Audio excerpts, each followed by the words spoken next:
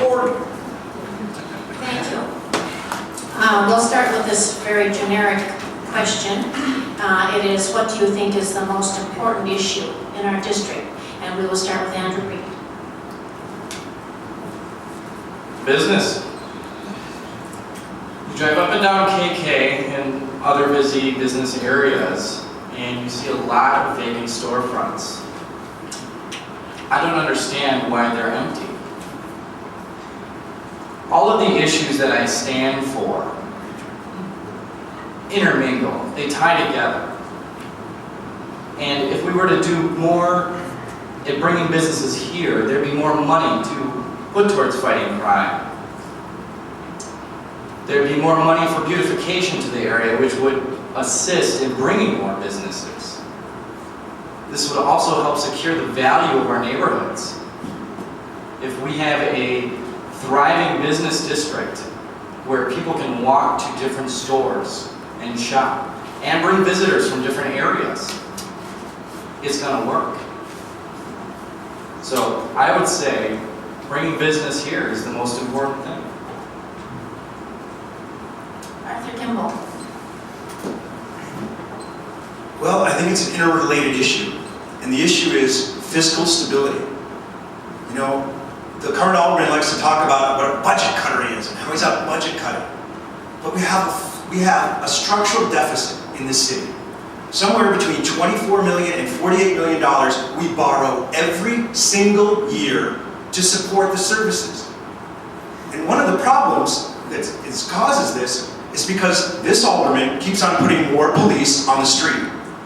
Now, you may say, Mr. Kimball, we need more police. But a recent study was done, and they examined 9 comparable areas of cities exactly like Milwaukee. Milwaukee averaged 344 police per 100,000 population. The next closest city had 255 police per 100,000.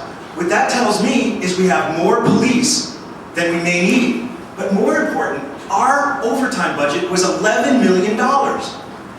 We have more police and more overtime. It seems to me that we have a management problem. And if we don't take care of that management problem, we're going to be in big trouble. Right now, the police take up 48% of our budget. The debt increased 18.6% this year. We're paying $154 million towards debt in our budget, and it keeps on increasing. And they talk about more police, and they talk about how they're cutting, and yet they're putting $1,400 trash cans downtown as part of streetscaping. We need responsible government. We need someone with the background and ability to look at the budgets and to evaluate policies. Thank you. And Tony Zelinsky. This is definitely an interrelated issue. So I think that it's a combination between property taxes, public safety, and business revitalization.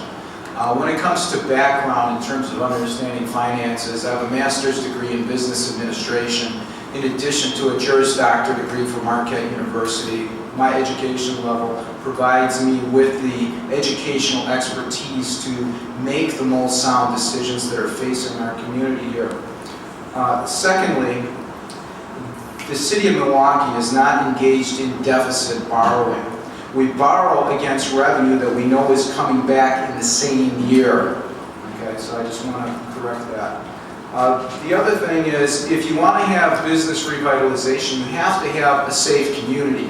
And based on the feedback with business people in my district and with my constituents, they want a strong police presence to help maintain the public safety level so that we can attract more businesses. Speaking of businesses, in the last 4 years or so, our particular area in Bayview over here has experienced unprecedented growth. If somebody would have said 5 years ago that Senex would come down and buy the Groppe grocery store, that we'd have an Outpost health food store, that we'd have a Schwartz bookstore, that someone would buy the Avalon Theater and reopen that. The Avalon Theater is still about a year and a half away, but someone did come in and purchase it for that particular purpose. We have a multi-million-dollar development on 3rd and Holt. I could go on and on. Cyrus International, one of the world's largest manufacturers. I can give you specific examples of things that I've accomplished, and this will be nothing compared to what will happen in the next 4 years.